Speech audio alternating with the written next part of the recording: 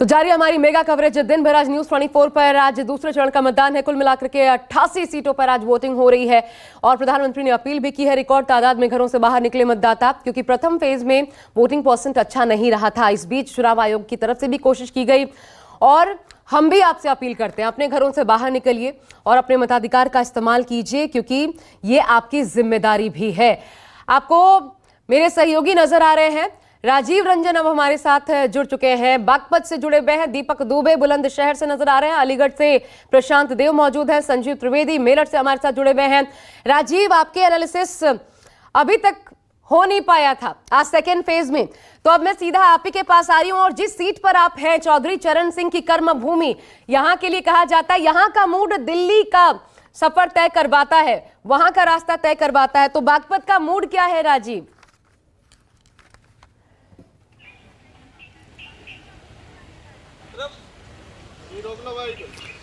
देखिए, पिछले 44 सालों में ये पहला मौका है जब बागपत लोकसभा सीट से चौधरी चरण सिंह के परिवार का कोई व्यक्ति चुनाव नहीं लड़ रहा है।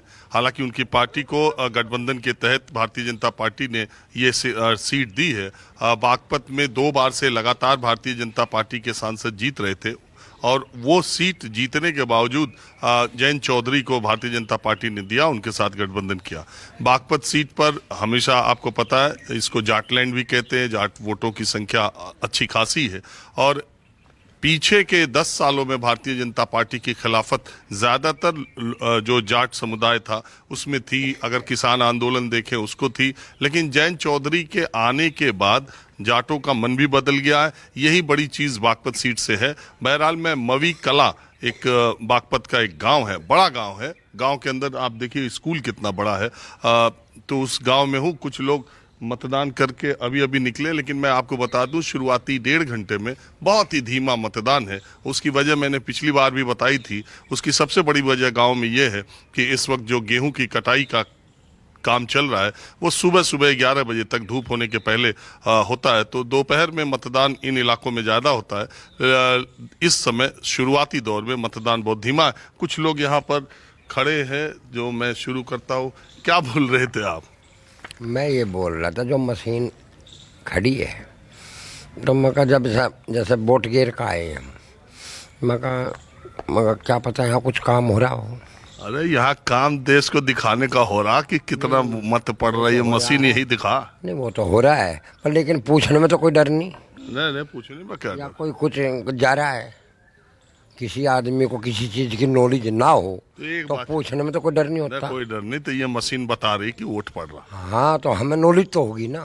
तो एक बात बताओ, किस दिमाग में क्या वोट डालने के लिए आए, तो तुम्हारे दिमाग में क्या चल रहा था? हमारे दिमाग में तो बस साधन हिसाब से नहीं था, मगर भाई ये 2 आदमी 4 आदमी खड़े हैं, हम अरे इसी मशीन या कैमरा इसी मशीन पे अटक गए, ये वोट जो देने गए थे। मगर भाई ये पता चल जा भाई क्या हो रहा है। अरे आगे के बढ़ोगे ताऊ, वोट डाला है? हाँ, तो क्या दिमाग में था? वोट डालने से पहले मुद्दा कुछ था दिमाग में? मुद्दा कोई नहीं था, मैं वोट डाल दी, काम हो गया। मुद्दा की किसी से दिलचस्पी है हमारी? हम दिलचस्पी तो हमारी कोई है नहीं, किसी से दिलचस्पी नहीं। सबसे हमारे लिए तो सब बराबर हैं। हम तो पंडित जी हैं, हमारी किसी से लड़ाई नहीं भिड़ाई नहीं। हम तो सामाजिक आदमी हैं, हमारे लिए सब बराबर है। मैं तो इस वजह से खड़ा होगा भाई मशीन है। अरे मशीन ताऊ सुबह यार बोहनी खराब कर दियो तुम। हमारे कई बार ऐसे लोग मिल जाते। आज ये बताओ आपके दिमाग में क्या चल रहा था मुद्दा चुनाव का? विकास का, मोदी का। तो ये जो गठबंधन हुआ इसको लेके क्या सोचते? ये बढ़िया काम है, बढ़िया काम है। हमारे लिए जयंत भी ऐसा ही और सतपाल भी ऐसा ही था, मोदी भी ऐसे, मोदी के लिए वोट दी। आप बताओ नमस्ते। हाँ जी, मुझे वोट डाला है?